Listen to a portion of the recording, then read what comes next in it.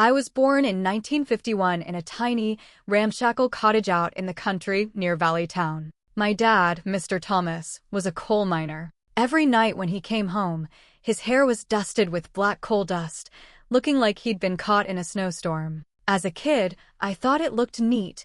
Only later did I realize those tiny particles were slowly killing him, destroying his lungs. Mom, Mrs. Martha, washed clothes to make ends meet, and her homemade bread was hands down the best in town. We were poor, but I never felt like we were missing anything. The house was small, but it was cozy.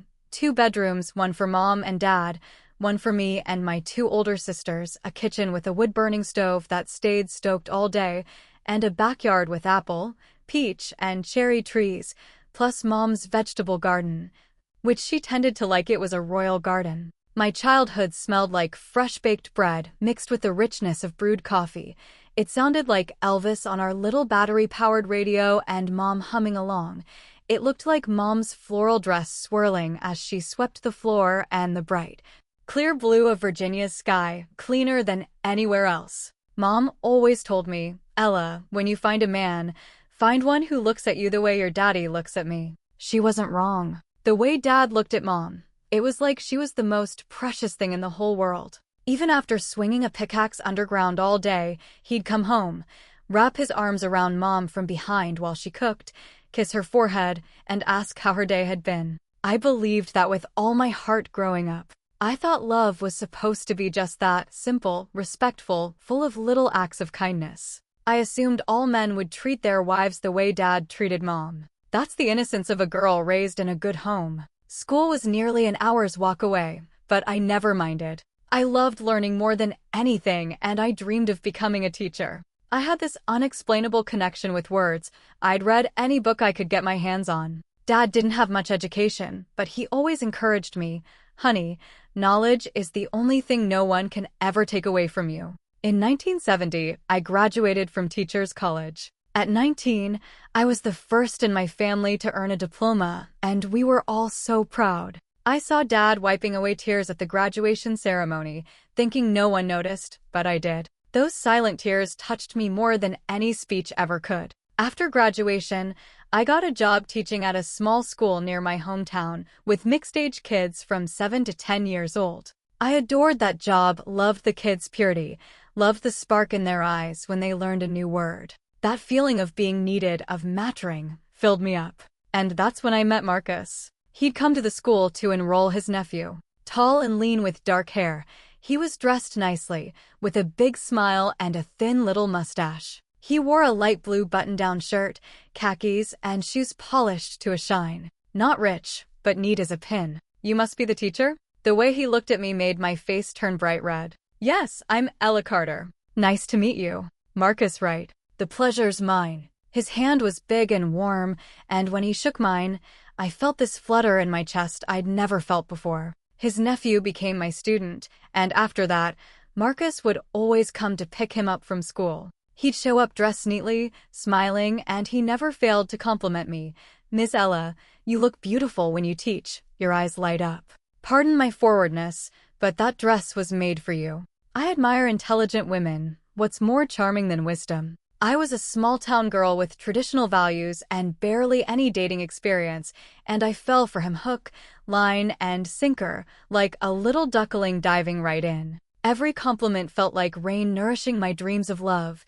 Every smile made my heart race. One day, he asked me to get ice cream after school. I was so nervous. I'd never been alone with a man before, but I said yes. Mom worried. "Honey, be careful. Handsome men usually know they're handsome." "But Mom, he's so respectful, he hasn't even touched my hand." "Not yet," Mom said gently. "Not yet." But my heart was pounding so hard, I couldn't hear her warning. That date was perfect. Marcus was funny and smart, telling all kinds of stories. He worked as a furniture salesman in Valley Town and dreamed of starting his own business someday.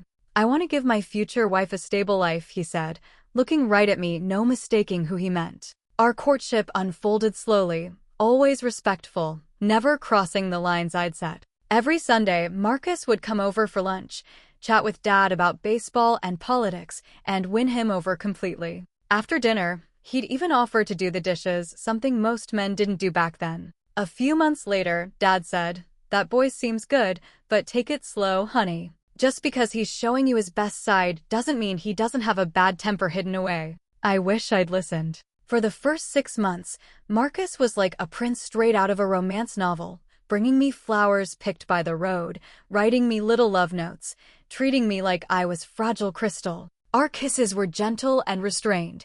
He never pushed boundaries. "Ella, I want to take care of you," he'd say. "You deserve someone who cherishes you." Of course I believed him. Why wouldn't I? I'd grown up seeing Dad love Mom that way. I thought all people in love were supposed to be like that. A year after we started dating, he proposed. No one was surprised. He'd already won over the whole family. The engagement party was at our house, a small gathering with Mom's orange cake, soda, and snacks. Dad got emotional at the party, saying he was handing over his most precious treasure to someone else. "Promise me you'll take care of her as well as I have, son." "I will, Mr. Thomas. I'll make her the happiest woman in the world." Our wedding was set for January 1972. I was 20, Marcus 27. The ceremony was at the First Baptist Church where I'd been baptized. My wedding dress was sewn by Mom and my aunts. They'd saved every penny to make my dream come true. As I walked down the aisle on Dad's arm and saw Marcus waiting for me at the altar, smiling so brightly, I thought, this is the man I'll spend the rest of my life with. With him, I'll be happy forever. We went to Blacksburg, Virginia, for our honeymoon, staying at a little mountain inn. Marcus had saved for months to give me that luxury. It was also our first time being truly intimate. At first, he was gentle and patient, but after 2 days, he became demanding and dominant in bed. "My woman does what I like," he said one night when he forced me to do something that made me uncomfortable. I held back tears and did it. He was my husband. After all, wasn't a wife supposed to please her husband? Back in Valley Town, we started our married life. The first few months were an adjustment, learning to cook for two, share space, balance work and chores. I kept teaching. Marcus stayed at the furniture store, and together our salaries were enough to get by comfortably. But slowly, I noticed he was changing. He started complaining about my cooking, questioning who I'd talked to at school, criticizing what I wore. "Is it appropriate for a married woman to wear a skirt that short? Do you need to wear lipstick to teach kids? Who's that hairy guy waiting for you after school?" Harry was just the 70-year-old janitor. But to Marcus, any man who spoke to me was a threat. That's when I got pregnant for the first time. I was over the moon. I'd always dreamed of being a mom. When I told Marcus, he hugged me and promised to be the best dad in the world. For those few weeks, he was the man I'd fallen in love with again, gentle, attentive, romantic. But then, at 3 months, I miscarried. Heavy bleeding, terrible pain, a trip to the hospital. I was heartbroken. When we got home, Marcus was a completely different person, cold and distant, like the miscarriage was my fault. "Why couldn't you take better care of yourself?" he said, pacing back and forth. "You were careless, and you lost my son." That was the first time I cried in the bathroom with the faucet running, so he wouldn't hear. It wouldn't be the last. After the miscarriage, Marcus dropped the act completely. The prince had turned into a poisonous frog. He was no longer gentle or caring. Instead, he was controlling, extremely jealous, and constantly irritable. He criticized everything about me, how I cooked, what I wore, how I spoke, even the way I breathed. "Your breathing is too loud. How am I supposed to sleep?" I grew quiet, smiled less, and tried to be perfect to avoid his criticism. In my own home, I walked on eggshells. But even then, I thought we'd get through it, that this was just a rough patch, and the gentle Marcus would come back. After all, we'd been so happy at the start. In our second year of marriage, I got pregnant again. This time, I was extra careful, cutting back on work hours, resting more, following the doctor's orders to the letter. Marcus was more invested in this baby too, more protective of me. "This one's going to stick," he said, smiling. "I'm going to have a child of my own." But fate had another cruel trick in store. At 5 months, I lost that baby too. Different complications, same devastating result. I'd already felt the baby move, already started buying little clothes. On the drive home from the hospital, Marcus snapped. "There's something wrong with you," he said. "Normal women don't miscarry this easily. My mom had 8 kids with no trouble at all. The doctor said these things happen, Marcus. It's no one's fault." It's your fault. You're just not healthy enough." When we got home, his words grew more cruel. I couldn't hold it in anymore. I shouted out everything I'd been keeping inside for months. "Do you think your constant scowling, nitpicking, and treating me like a maid hasn't affected me?" Before I could finish, he slapped me hard across the face. I stumbled back into the wall, my mouth filling with the taste of blood. Shock overwhelmed the pain. "Don't you ever talk to me like that again," he snarled. "I'm your husband. You will respect me." That night, after he fell asleep, I thought about running away, going back to my parents' house. But I was too ashamed. What would they think? Their daughter couldn't make a marriage work, couldn't even keep a baby. Back then, divorced women were looked down on, seen as failures, women who couldn't hold on to their husbands. I'd been raised to be the perfect wife, and I didn't want that failure label. So I endured it again, swallowing my tears, staying in that suffocating house. It was the first of many terrible choices. By our 3rd year of marriage, everything fell apart. Marcus got into a fight with his boss and lost his job at the furniture store, something about missing money from the cash register. He insisted he was innocent, but I'd long since learned to recognize the look in his eyes when he lied. He was unemployed for months, and we barely scraped by on my teacher's salary. He'd always drunk a little, but now he was drinking every day, beer at lunch, then whiskey first thing in the morning. When he was drunk, he got even more terrifying. Criticism turned to insults, slaps turned to punches and kicks. At school, I'd make up excuses for the bruises on my face and the cuts on my lips, fell down the stairs, walked into a cabinet door. My colleagues knew the truth, but no one wanted to get involved, so they pretended to believe me. My parents lived just a few blocks away, and they were starting to get suspicious. Mom asked me point blank, but I denied it. When we'd visit, Dad looked at Marcus with doubt in his eyes. Once, Mom found me crying in the kitchen. "Honey, if something's wrong, you can always come home," she said. "Nothing's wrong, Mom. It's just hard. It will get better." But it never did. It only got worse. That's when our neighbor Lena started reaching out to me. She'd just gotten divorced, was 5 years older than me, with blonde hair and blue eyes, and she always dressed nicely even when she was at home. She worked as a cashier at the supermarket and lived alone. At first, she was like an angel, bringing me homemade cookies, asking if I needed help, comforting me when she saw me crying in the yard. We became friends, and I told her everything. "He's hitting you," she said. "Honey, that's not normal. You have to leave him." "I can't, Lena.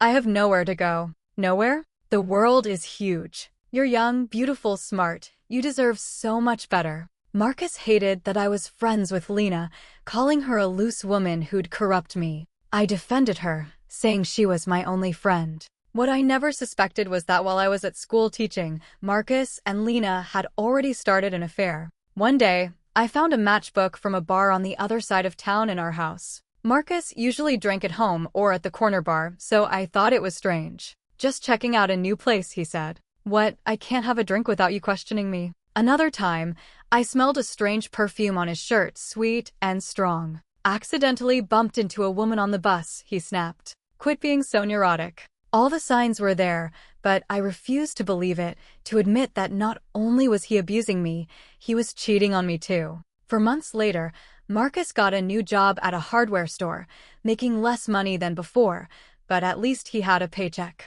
I thought things might finally start to improve. For a few weeks, he did drink less, smile more, dress nicely for work, even wear cologne. I thought the new job had changed him. "You seem different lately, happier," I said. "Things are going to get better," he told me. "We'll have money soon, maybe even try for another baby." Another baby? After everything we'd been through, my heart still skipped a beat. I still dreamed of a happy family, of holding a baby in my arms. Now I see how foolish that was. May 15th, 1975, I'll never forget that day. Everything changed forever. It was a rainy Friday. Because of a leaky ceiling in one of the classrooms, the school sent the kids home early, and I went home too. When I opened the front door, I heard laughter, a woman's laughter, coming from our bedroom. My world stopped. My heart felt like it had ceased to beat.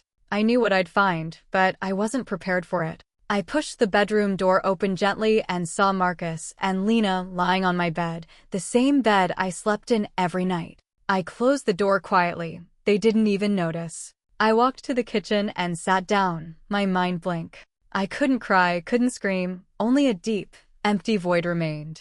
Half an hour later, I heard the back door open and close. Lena had snuck out, afraid of being seen. Then Marcus came out of the bedroom whistling. When he saw me sitting in the kitchen, he froze. "Why are you home so early?" "It's raining. School let out early." He looked at me, then at the clock on the wall, and his expression changed. He knew I'd found out. "What did you see?" His voice was different, nervous, sharp.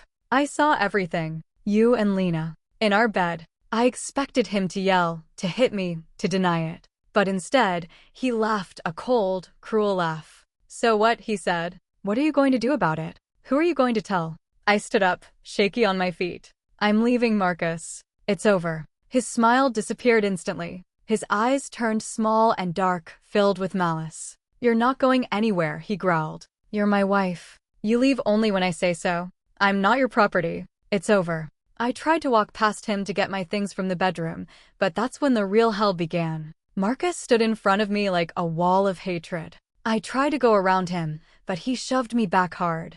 I fell onto a chair. "I said you're not going anywhere," he gritted his teeth. "This house is mine, and so are you. The house is rented, and I'm not yours. Let me pass." I tried to stand again, but he slapped me across the face, knocking me sideways. "Shut up. How dare you spy on me? Who do you think you are?" Another slap, harder this time, followed by a punch to my stomach. I doubled over in pain, gasping for breath, falling to my knees. Tears and pain blurred my vision. He grabbed me by the hair, dragging me around the kitchen. "Want to know why I'm with Lena?" he shouted. "Because she's a real woman. She knows how to please a man. Not like you, so cold and frigid." He slammed me against the wall, and my head hit with a thud, stars exploding in front of my eyes. He kept yelling, his words more hurtful than any punch, tearing away what little self-respect I had left. "You can't even have a baby, you're worthless." Fists, kicks, slaps, they kept coming.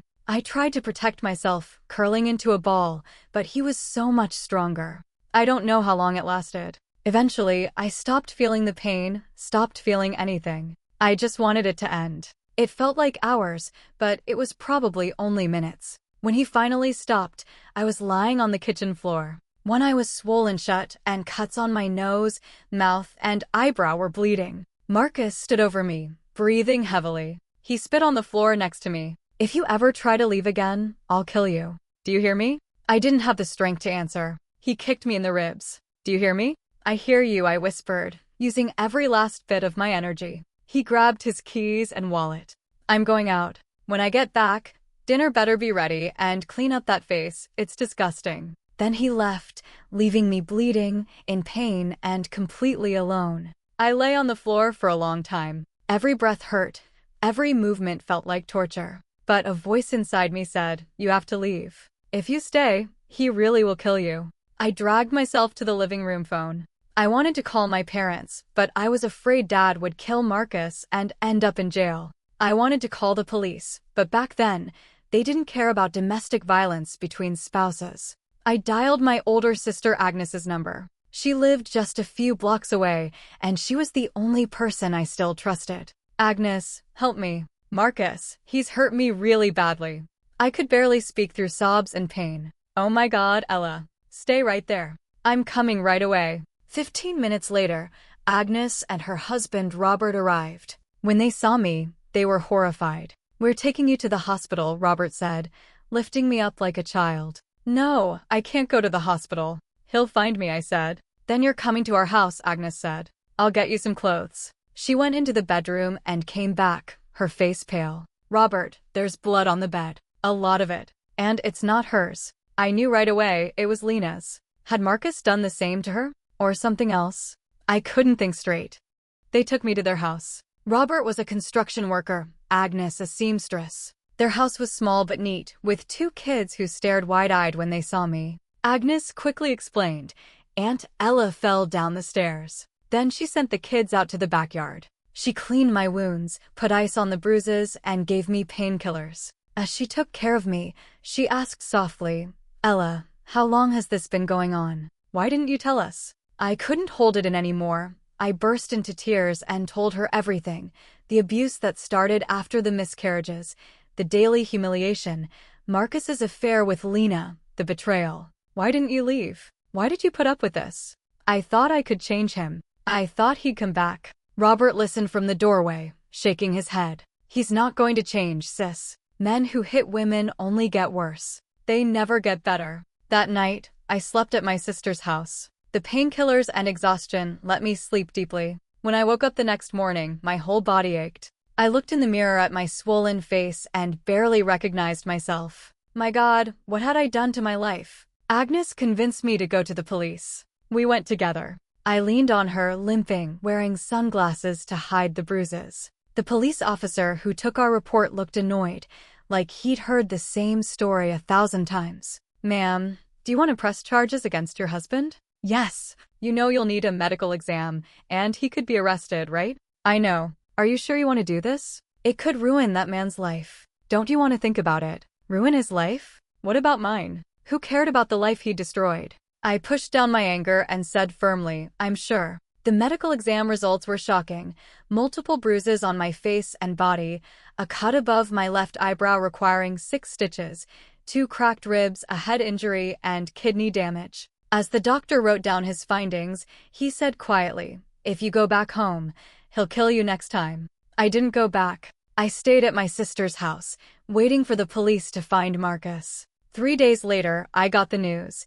He'd run away, taking his clothes and identification, quitting his job, running like the coward he was. It's for the best, my brother-in-law said. He's far away from you now. But there was still one question, Lena. Our neighbor, his lover, my former friend, she'd disappeared too. No one had seen her since that day. On the 4th day, the hardware store owner showed up at my sister's house. I'm sorry to bother you, Mrs. Ella. I know you're going through a lot, he said. But Marcus never picked up his last paycheck and Miss Lena is gone too. They ran away together, I said, my voice stronger than I expected. That's what it looks like, he said. But before he left, he asked for an advance on his pay. I shouldn't have given it to him, and he took some building supplies with him in his truck. What kind of supplies? Cement, lime, tools. I thought it was strange at the time, so I wanted to ask if you knew anything about it. I didn't, but a chill ran down my spine. Cement, tools, and the blood on the bed.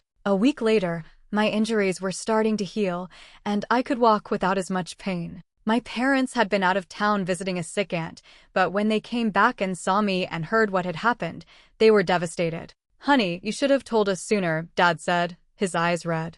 I would have come and gotten you after the first time he hit you. I was ashamed, Dad. I didn't want to disappoint you. Disappoint us? How could we be disappointed in you? The only disappointment is the man we misjudged. I started to pick up the pieces. I took a leave of absence from school.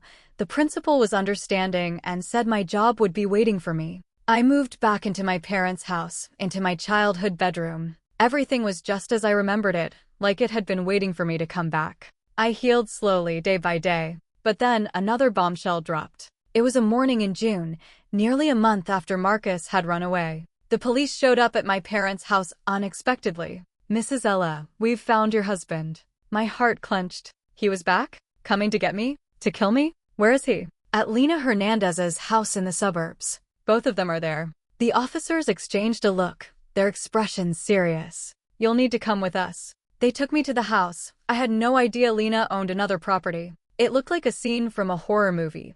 Police everywhere, crime scene tapes strung up, men digging in the ground. What's going on here? Your husband and Miss Lena got into an argument. An argument? That was an understatement. The police took me to the backyard, where Lena's body had been buried in a shallow grave. She'd been brutally beaten too, but unlike me, she hadn't survived. Marcus had tried to hide her body with lime and cement, the supplies he'd taken from the hardware store. What about him? I asked, shocked. When we arrived, he tried to flee and was armed. There was a shootout. I understood. Marcus was dead too. In the days that followed, I went through the motions, giving statements to the police, listening to details I never wanted to hear. The police investigation revealed that Marcus and Lena had planned to run away together all along. After he beat me that day, he went to Lena's house, planning to fix it up and start a new life there. But they'd gotten into a violent argument. Neighbors heard screaming, but in the country, no one wanted to get involved, so no one called the police. Later, neighbors saw Marcus digging a hole in the yard in the middle of the night, and after a few days, they smelled a strange odor and called the police. I should have hated Lena. She'd betrayed my trust, slept with my husband, planned to run away with him. But all I felt was sympathy. In the end, she'd met the same Marcus I knew, the monster beneath the mask, and paid with her life. The local newspapers sensationalized the story. Tragedy from a passionate crime. My name and picture were everywhere. My wedding photo next to photos of Lena's body being carried out of the house. I became the murderer's widow. When I walked down the street, I could feel people staring and whispering. Parents started pulling their kids out of my class. They didn't want a murderer's wife teaching their children. A week later, the principal called me in. "Ella, I like you a lot, but the pressure from the parents is too much. There's nothing the school can do." I lost the job I loved, the career I'd chosen, all because of a man who didn't deserve to be in my life. I fell into a deep depression. I didn't leave the house for months, barely 8. My parents were worried sick. They called doctors, preachers, even a medium, but nothing helped. I was consumed with guilt. What if I'd seen Marcus for who he really was sooner? What if I'd called the police after the first time he hit me? Would Lena still be alive? "It's not your fault, honey," Mom said to me every day. "It's all his fault. Only his." But I couldn't believe it. In the end, it was Dad who pulled me out of my despair. One Sunday in September, he walked into my room holding 2 bus tickets. "Where are these for?" I asked, my voice hoarse from crying. "Richmond. It's a big city in Virginia, beautiful, with the James River. Far away from here." "Why 2 tickets? One for me, one for you. We're starting over, honey. No one knows us there, no one knows our story. We can be whoever we want to be. Your mom will stay with your sister until we get settled, then she'll join us." On October 10th, 1975, I packed 2 small suitcases and left Valley Town with all the courage I could muster. I was 24, widowed, covered in scars, but I was alive, I could breathe, and I could start over. The drive to Richmond was long, 12 hours, the car bumping along every curve. I stared out the window the whole time, watching the scenery change, watching the inland mountains slowly give way to the city's skyline. "Honey, look," Dad said, pointing out the window as we crossed a bridge. "That's the James River. Isn't it beautiful?" It was. The deep blue water, the colorful boats, the city silhouette against the sky, it was nothing like Valley Town's red dirt and rolling hills. In that moment, I felt something I hadn't felt in a long time: hope. When we arrived in Richmond, we had no place to live, no jobs, no friends, but we had each other, and we had the determination to rebuild our lives. Dad was a practical man, and he'd already made a plan. For the first few days, we stayed in a small downtown hotel.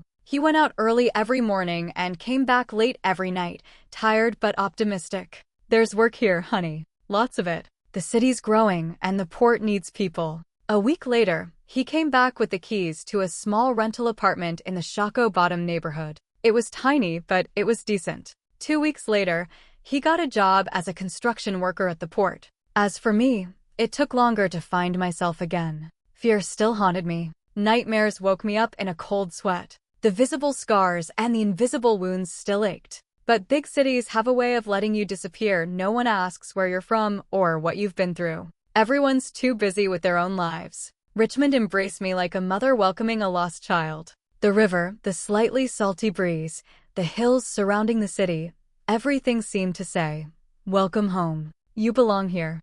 For the first few months, I lived like a ghost, rarely going out, barely speaking. While Dad was at work, I'd hide in the apartment. Our little room in Shockoe Bottom was small but clean, just one room with a tiny bathroom, 2 single beds, a hot plate, and a small table. For 2 people who had lost everything, it felt luxurious. From the window, I could see a sliver of the James River. That little bit of scenery became my comfort. On nights when I couldn't sleep, I'd watch the lights on the water, count the passing boats, and dream of a place where no one knew my name or my story.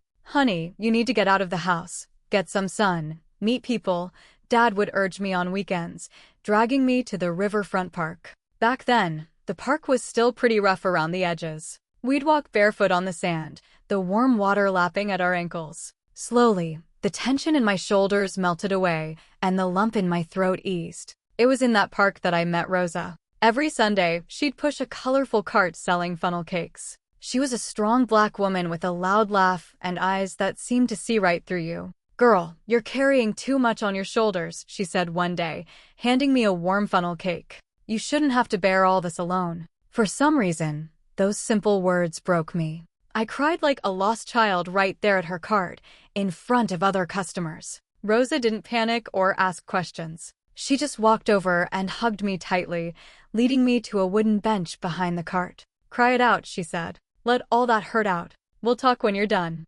I cried for an hour. She stayed with me the whole time, patting my back gently and saying comforting words. When I finally stopped, she handed me water, bread, and a clean handkerchief. "Now tell me what's going on," she said. In Richmond, for the first time, I told my story to someone outside my family: Marcus, the abuse, Lena, the deaths, the escape, the new start. Rosa listened quietly, never interrupting. When I finished, she took my hands, my small, pale hands that had once held chalk, and wrapped them in her large, calloused ones. "Child, you survived. Do you know what that means? It means you're stronger than everything that ever hurt you. You're a survivor." I'd never thought of myself that way. I'd always seen myself as a victim, a failure, a woman who couldn't keep a husband, who couldn't see danger when it was right in front of her. "Come work with me," Rosa said. "Not at the park.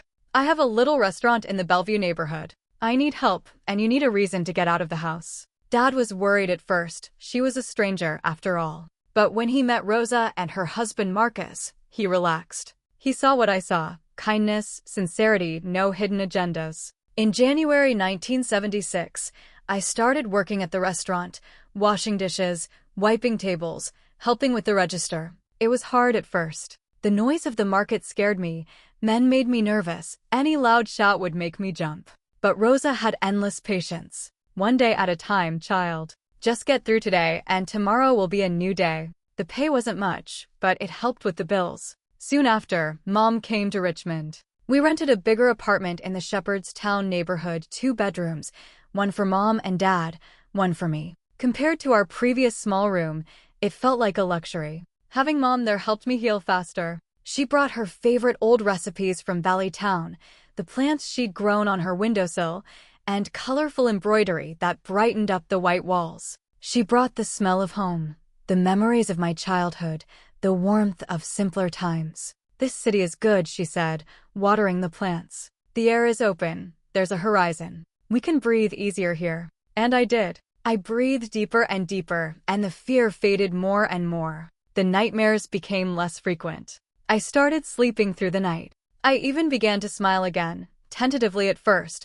then more naturally. At the market, I met all kinds of people: dockworkers telling stories of the river, women selling herbs and Lucky Charms, kids running between the stalls and sneaking fruit, homeless men sleeping in the corners. Rosa always saved them a cup of coffee and a piece of bread at the end of the day. "Child, everyone has a story. Everyone has pain. Some people show it, some hide it, but everyone's hurting inside," Rosa said. Her wisdom was better than any therapy, and I couldn't have afforded therapy anyway. She taught me to look beyond my own pain, to see the suffering of others, and to realize I wasn't the only one struggling. It was also at the market that I rediscovered what I'd lost: the joy of teaching. After work, I started giving informal lessons to the vendors' kids, who often skip school to help their parents. I used overturned crates as desks, wrote with charcoal on cardboard, had no books or proper notebooks, but I had plenty of enthusiasm,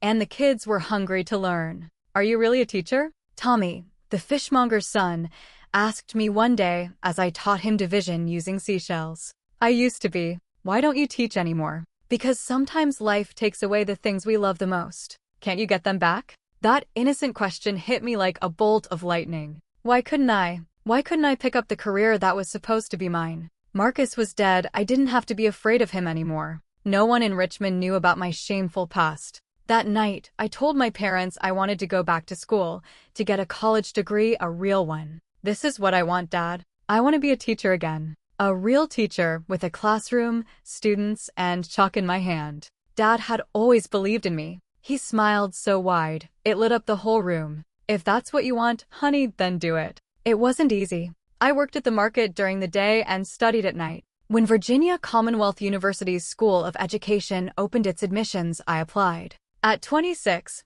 I took the entrance exam with a group of recent high school graduates and got accepted, ranking 20th in the class. It wasn't top of the class, but I'd gotten in. It was the real start of rebuilding my life. College opened up a whole new world for me. New ideas, debates, books, different people. I studied John Dewey's progressive education, Montessori's child-centered approach, and the theories and practices of changing lives through education. In my free time, I continued teaching the kids at the market, now with more professional methods and theoretical foundations. The kids' enthusiasm grew more and more. Parents started to notice the difference.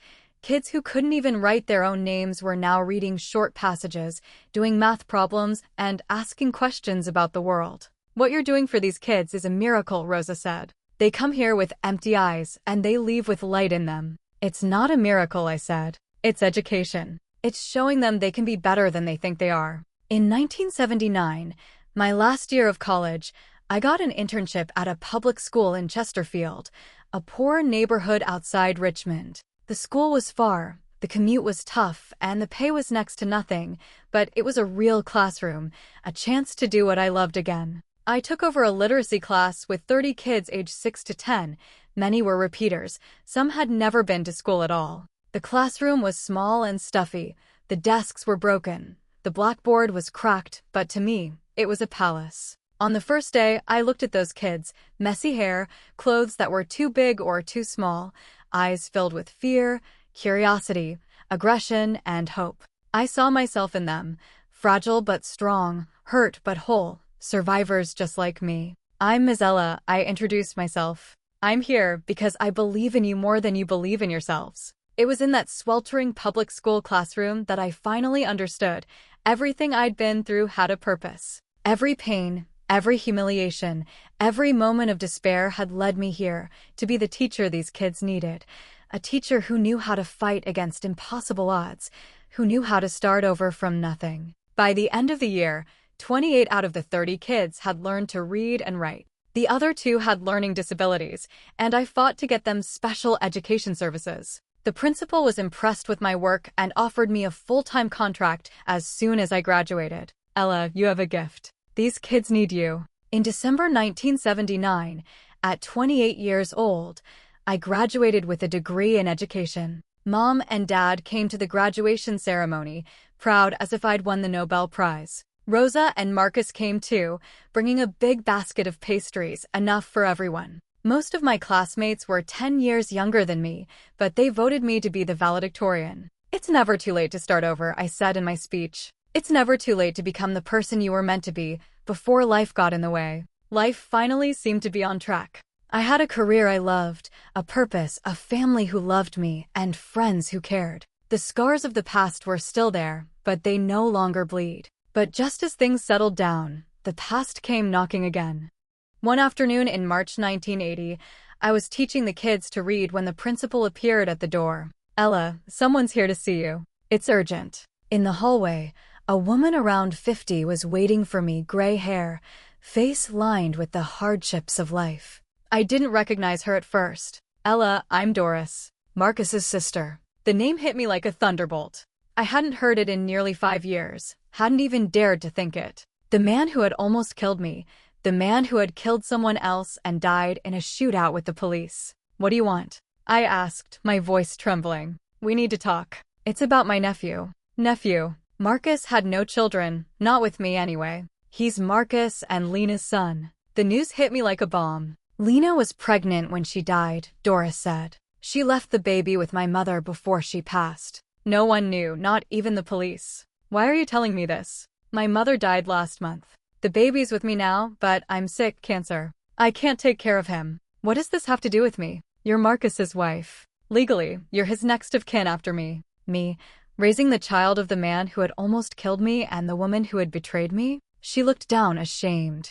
"I know this is a lot to ask, but the child is innocent. He's only 4 years old." "Where is he?" "In the car, with my husband." "Do you want to see him?" I didn't. I wanted to run, to scream, to deny this absurd reality. But a force stronger than fear made me say yes. We went to the parking lot. An old car was parked under a tree. The man in the driver's seat waved when he saw us. In the back seat, a little boy was looking out the window, small, with dark hair and big eyes. When he saw me, he smiled. That smile, I knew it all too well. It was the same smile that had charmed me all those years ago, the same smile Marcus had worn. "Aunt Doris, who's that lady?" "That's my friend, Noah," Doris said. "She'll be taking care of you for a few days." "A few days," she said casually, but there was something else in her eyes. "I can't do this," I whispered, afraid the child would hear. "It's too much for me." "He has no one else," Doris said. "Otherwise, he'll have to go to an orphanage."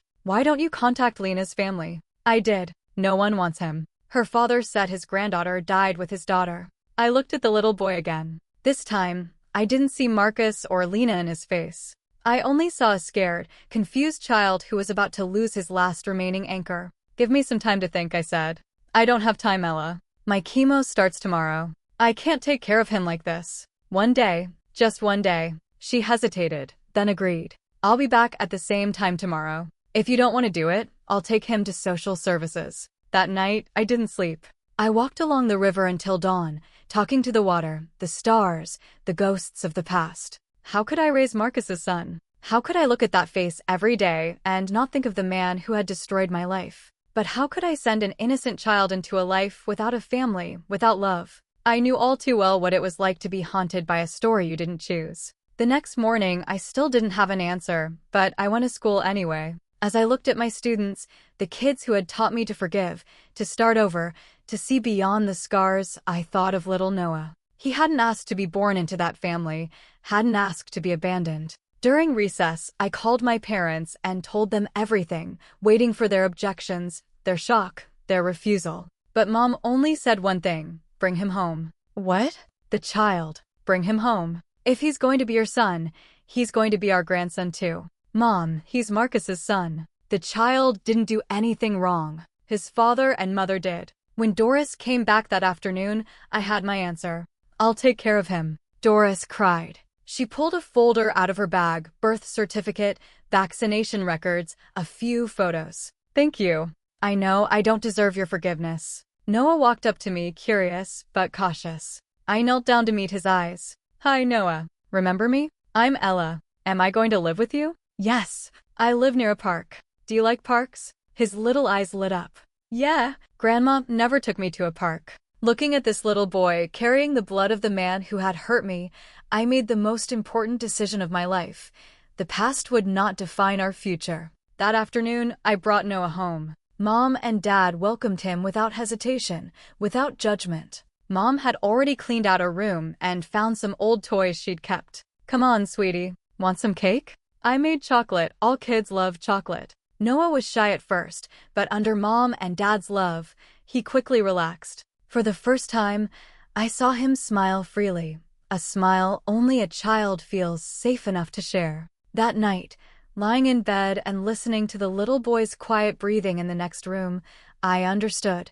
Life had given me a chance to heal myself and a chance to break the cycle, to make sure the hatred, violence, and pain that had been in Marcus didn't pass on to the next generation. I would become a mother in a way I'd never imagined, in circumstances no one could have predicted, but I would do it, and I would do it differently. After all those years, tomorrow finally looked brighter than yesterday. Raising Noah changed everything. The first few months were an adjustment. He kept asking when Aunt Doris would come pick him up, cried at night, felt strange in the new house, with the new family. I was also learning to be a mother to a 4-year-old, one whose blood carried the past I wanted to forget. "Why isn't Aunt Doris coming to get me?" he asked almost every day. "She's sick, honey. She has to stay in the hospital. When she gets better, will I have to leave?" The question broke my heart. The fear in his eyes, the fear of being abandoned again, it tore me apart. "No, Noah. This is your home now. Forever." Explaining everything to a child so young was a daily challenge. How to tell him his biological father had killed his biological mother. How to explain his aunt might not survive cancer. How to make him understand that I was his mother now, not by blood, but by choice. I simplified the truth, told it in a way he could understand. "Your daddy and mommy went to heaven, but before they left, they asked me to take care of you." It wasn't entirely a lie. I like to think that if Lena had had a choice, she would have wanted her son to be loved, even by me. I enrolled Noah in school, bought him clothes, toys, children's books, and adjusted my work schedule to spend more time with him. Mom and Dad helped a lot too. Dad had retired, and Mom was home all day. We worked together to make this little family work. A few months later, I got the news that Doris had died. Cancer had progressed faster than the doctors expected. I told Noah gently, "Aunt Doris is in heaven now, with your daddy and mommy." He cried, of course, but much more calmly than I'd feared. He'd already bonded with his new family, and he'd started calling me Mommy Ella. In July 1980, I made another important decision to adopt Noah legally. The lawyer said the process would be straightforward, since I was his father's widow and no other relatives wanted custody. When the judge asked if I was sure, I looked at Noah, who was playing in the corner of the courtroom, unaware of the moment that would change both our lives forever. I've never been more sure of anything. In October, Noah Wright officially became Noah Carter. Legally my son, he'd been mine in my heart for a long time already. In the 1980s, being a single public school teacher raising a child alone wasn't easy. Money was always tight. I had to budget carefully to cover all the expenses: school uniforms, teaching supplies, doctor's visits when he was sick, new clothes as he grew too fast. I taught night classes and tutored kids from wealthy families on weekends. Every penny counted. But seeing Noah grow up healthy, happy, and secure, all the sacrifices were worth it. In 1982, the school offered me a position as a curriculum coordinator. Better pay, less classroom time, more responsibility. I accepted right away. "Mommy, are you the boss now?" Noah asked, his eyes wide with admiration. "Not exactly, buddy. I just help other teachers be better at teaching. Like how you help me with my homework? Kind of. But you'll always be my favorite student." His smile lit up my world. How could a child born into so much pain bring so much light? That same year, we bought our first house, small, in a modest neighborhood, but it was ours. 2 bedrooms, one for me, one for Noah. In the yard, I planted the same flowers Mom had grown in Valleytown. Mom and Dad still lived in their apartment in Shepherdstown, but they came to visit every weekend. For the first time since leaving Valleytown, I felt truly settled, rooted, with a future. Noah grew up so fast. By the time he was 8, he was a smart, curious little boy with a real talent for drawing. His notebooks were filled with landscapes, people, imaginary animals. Where did he get this talent? I asked Mom, watching Noah draw intently. Maybe his mother? Did you ever find out if Lena could draw? I didn't. I knew so little about that woman, and yet I'd taken her place in Noah's life. As for Marcus, I preferred not to see any trace of him in the boy, but sometimes a gesture and expression would catch me off guard, bringing back memories I'd buried. In 1985, at 34 years old, I met Benjamin. He was a math teacher who'd transferred from North Carolina, and we worked at the same school. He was gentle, steady, with endless patience for the kids who struggled with fractions and decimals. "You must be Coordinator Ella. Nice to meet you. I'm Benjamin Cole." His handshake was firm but not overpowering, his gaze direct but respectful, his smile humble and genuine. I started noticing him during breaks. He never lost his temper with struggling students, never judged them. He never acted superior when younger teachers asked for advice. He'd even help the secretary with coffee runs when she was swamped. Those small acts meant more than any grand gestures. One day, Noah got appendicitis and needed emergency surgery. I was a mess. I called the school to take the day off. A few hours later, Benjamin showed up at the hospital. "I came to see if you needed anything, picking up clothes, getting food, whatever." The kindness caught me off guard. I wasn't used to accepting help from men who weren't family. "No, thank you. My parents will be here soon." "I understand, but I'll wait until they arrive. No one should be alone in a hospital waiting room." He stayed. We talked about books, movies, places we wanted to visit, education, our hopes for the students, even coffee. He liked freshly brewed. I preferred instant for convenience. When my parents arrived, I thought he'd leave, but he didn't. He helped us get lunch, told jokes to ease the tension, and stayed until Noah's surgery was over and we knew everything was okay. "Thank you for today," I said as he was leaving. "That's what friends are for. Are we friends? I hope so. Friendship turned into dinner every other week, which turned into Sunday outings, which turned into careful kisses after Noah fell asleep.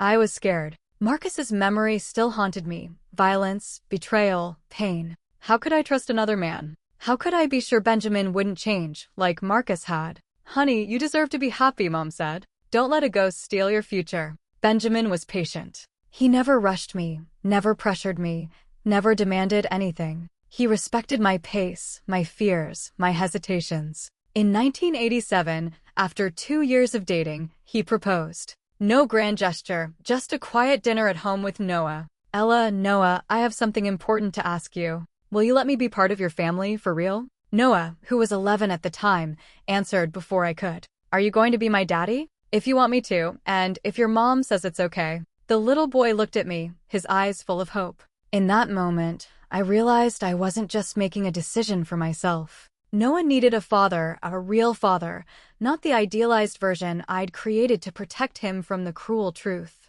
Yes, I said, tears in my eyes. We'll be a family. Our wedding was simple, just family and close friends. Noah was the best man, wearing a small suit he'd picked out himself, so proud. Dad walked me down the aisle for the second time. This time, he was sure it would be a happy ending. Benjamin moved into our house. We didn't need a honeymoon, didn't need big changes. Everything felt natural, like he'd always been there. The first time I heard Noah call Benjamin Daddy was on a Sunday afternoon in the backyard. We'd made a makeshift soccer ball out of socks and used shoes as goals. Daddy, look what I can do. Benjamin froze, looking at me as if asking for permission. I nodded, my heart full. I see that, son. That's amazing. Noah ran over and hugged him. On that Sunday afternoon, two people with no blood connection were bound together, by choice, by love, by respect. In 1988, I received an offer to be the principal of a new school in a poor neighborhood.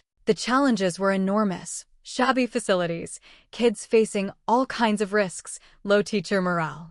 I hesitated. It's going to be so hard, I told Benjamin honestly. Taking care of Noah, the house, and all this. You can do it, Ella, he said. If anyone can turn that school around, it's you. And even if you fail, we'll be here, your safe haven. I accepted. Dawn Elementary became my second home. I worked long hours, got to know every student, every family, every challenge. Within a year, the dropout rate dropped by 60%. Within 2 years, literacy rates improved dramatically. Within 3 years, we had a community garden, a small library built with donated books, and weekend music classes. How did you do it? The Secretary of Education asked when she visited.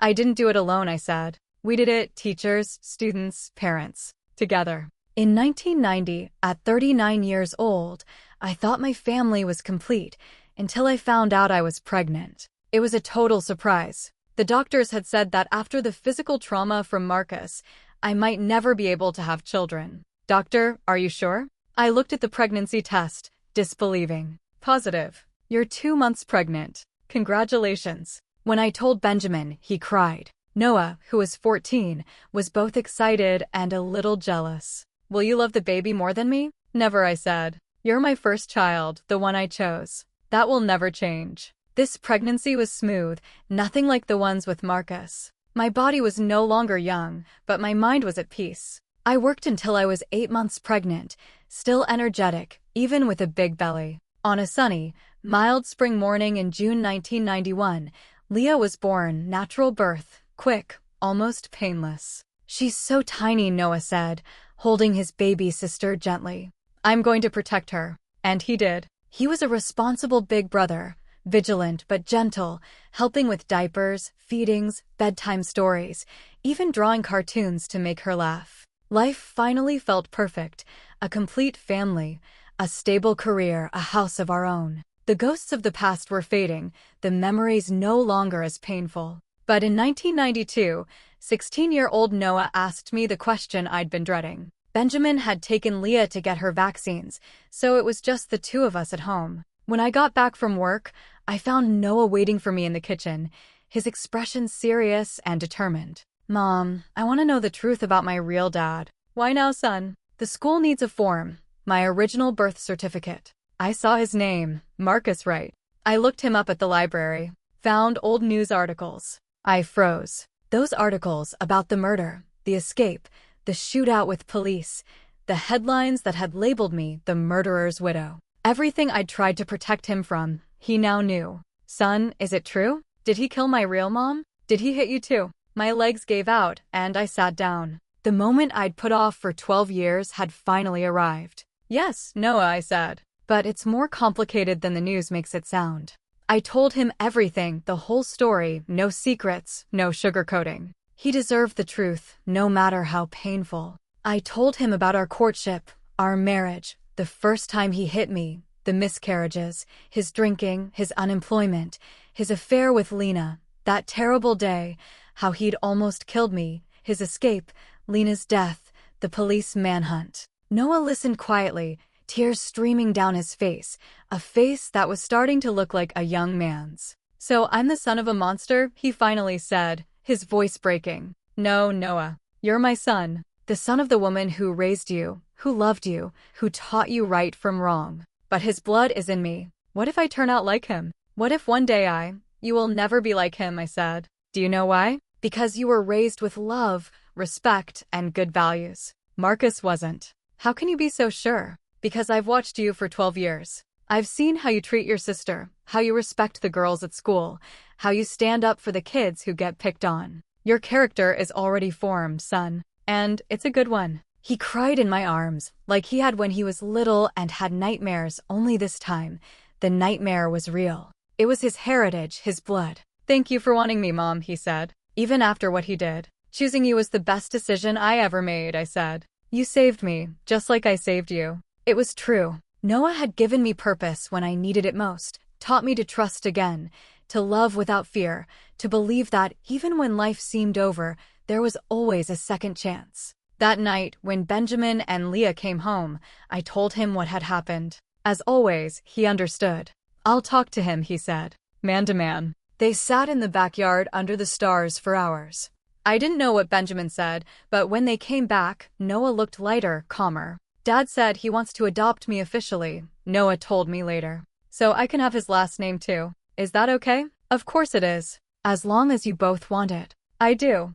I want to be Cole, just like you. In 1993, Noah Carter officially became Noah Carter Cole, a name that carried all his stories. Carter, from the mother who chose him.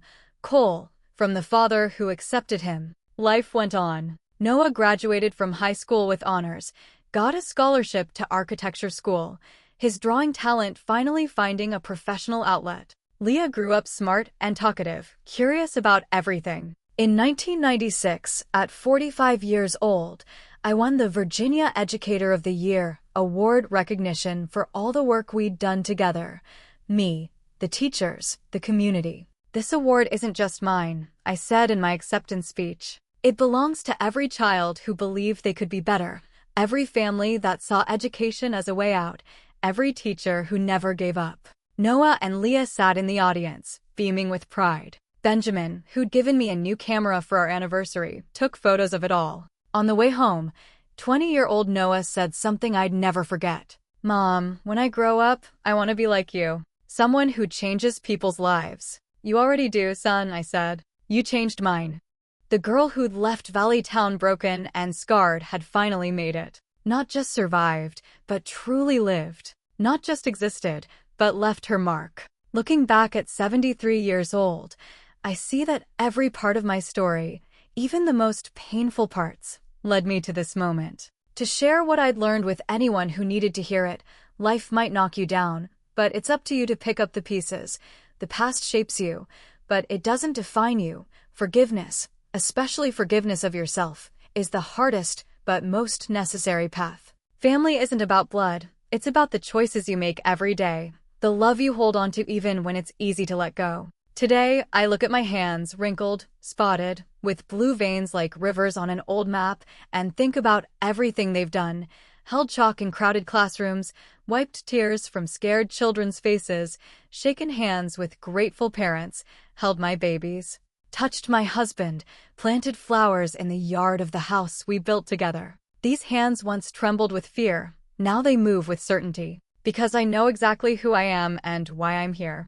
The 21st century arrived. Noah became a licensed architect, working at a prestigious firm in Richmond. Leah graduated from high school, dreaming of medical school. "Mom, I want to heal people," she said. "Just like you heal with words, only I'll use medicine." At 49, I was still the principal of the school that had become a model for urban education. Benjamin became a regional coordinator for the Department of Education, always supporting my boldest ideas. "Let's start a community library on weekends," I proposed at a meeting. "What about money?" the district supervisor asked. "We'll fundraise, we'll work together. Parents can help build it, students can organize fundraisers, publishers can donate books. Money isn't our only resource." 6 months later, we transformed an abandoned auditorium into a bustling reading space. Teenagers who'd once wandered the streets were now discussing Mark Twain, Maya Angelou, Toni Morrison. In 2002, Noah married Sophia,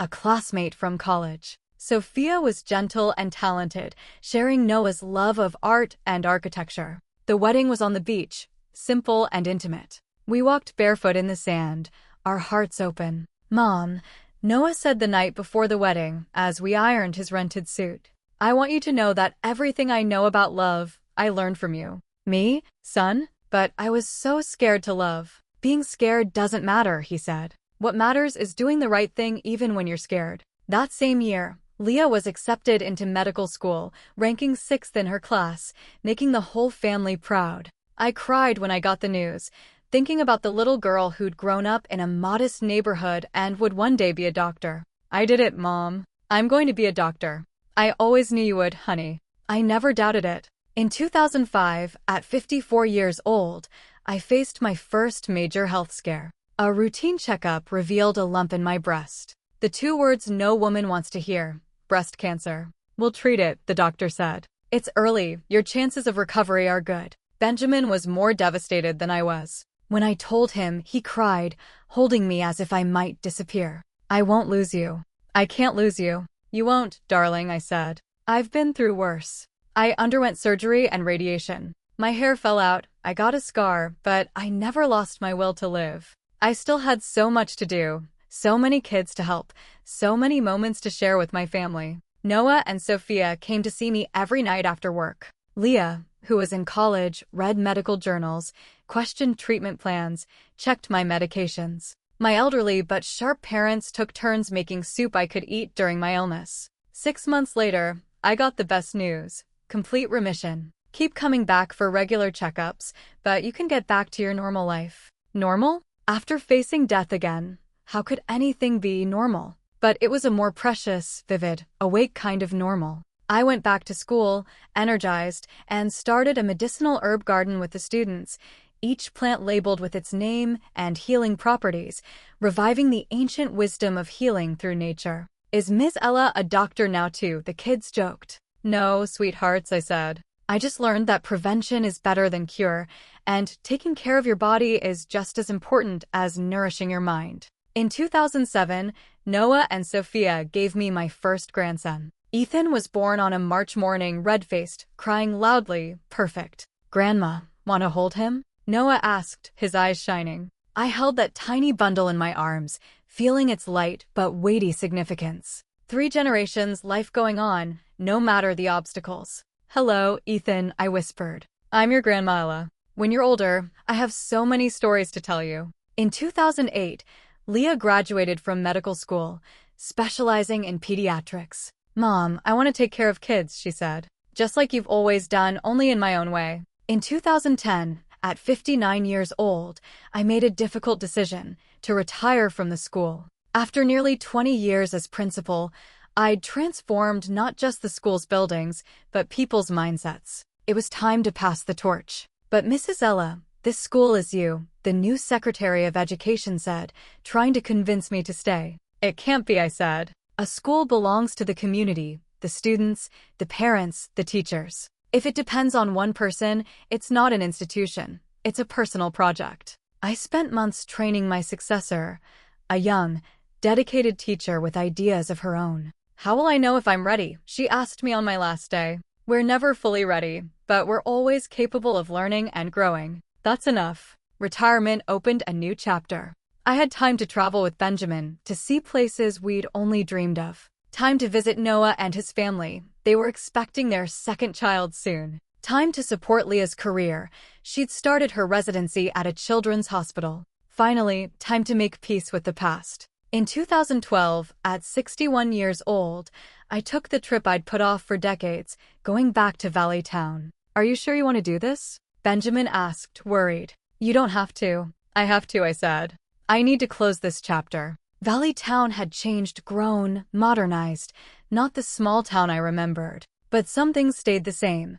The wide, sandy river still cut through the town, the mountains still circled the horizon, the July heat still melted the asphalt. I visited the house I'd grown up in. It was now a clothing store. The school where I'd first taught, still open, with new teachers and students, facing the same challenges as before. I visited the places I'd once avoided, the house Marcus and I had lived in, the market where I'd shopped, the church where I'd gotten married. Ma'am, are you looking for something? A young clerk at a pharmacy asked.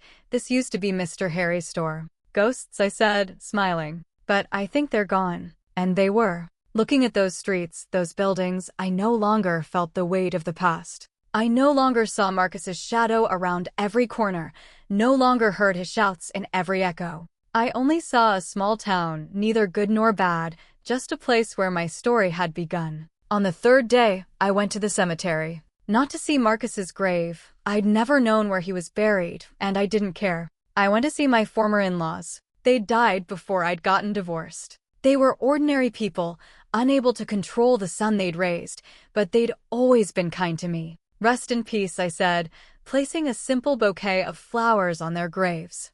I don't hate you anymore. And I didn't. Time had softened even the most painful memories. Anger, fear, resentment. Those emotions hurt the person who carries them, not the one they're directed at. I'd learned to let go. When I got back to Richmond, I felt lighter, as if I'd left the last thread connecting me to the past in Valley Town. How was it? Benjamin asked when he picked me up from the station. Freeing. In 2015, at 64 years old, I lost Mom. A sudden stroke. She'd gone quickly. She'd been watering flowers on the porch when she collapsed. By the time the ambulance arrived, she was gone. This pain was different. No violence, no betrayal, no abandonment. It was natural pain, part of the cycle of life, the pain of a daughter saying goodbye to her mother. Even expected, it was impossible to truly accept. She seemed so healthy, Dad said at the funeral, looking like he'd aged decades overnight. She lived a good life, Dad. A happy one, surrounded by love, I said. What more could anyone ask for? 8 months later, Dad followed Mom. Neighbors said it was a broken heart. Maybe. Or maybe he just didn't know how to live without the woman he'd loved for nearly 60 years. Soulmates. Even death couldn't keep them apart for long. We inherited Mom and Dad's apartment. We couldn't bear to sell it, so we turned it into a community space. I taught free literacy classes for adults there. It was a tribute to Mom, who'd valued education so much. A tribute to Dad, who'd said knowledge was the only thing no one could take away. In 2018, Leah married Daniel, also a doctor, an anesthesiologist, a steady man who brought calm to my passionate, go-all-in daughter. He grounds me, Mom, Leah said. He's my safe haven in all the chaos. That's what the best marriages are, I said. Complementary, filling in each other's gaps. That same year, Noah and Sophia had their third child. They already had Ethan and Olivia, and now their baby girl was born. They named her Ella. You named her after me? I asked Noah. Are you sure? Of course, Noah said. We want her to know where she comes from. We want her to carry the name of the strongest woman we know. In 2020, the pandemic stopped the world. At 69 years old, as a high-risk individual, I had to quarantine at home, away from my grandchildren, away from community events, away from the life I'd built. Benjamin and I had to adapt. We learned to use electronics, video calls, social media, messaging apps. I kept teaching adults to read and write now through computer screens, told stories to my grandchildren over video, baked bread with Leah remotely, each of us in our own kitchens. Grandma, you're better at this tech stuff than I am, Ethan joked. He was a teenager now, and he taught me to use fun filters. It was during the pandemic that Noah suggested, Mom, why don't you share your story with more people? It might help someone going through a hard time. My story? Who'd want to hear that? Everyone, he said. It's a story about overcoming, about love, about starting over. People need that now more than ever. At 73 years old, I think the time is right. Time to share my story, all of it, unfiltered, unvarnished. Not for sympathy, not to boast about how far I've come, but to tell anyone going through their darkest days, even when the world seems to be falling apart, there's a way forward. Even after trauma,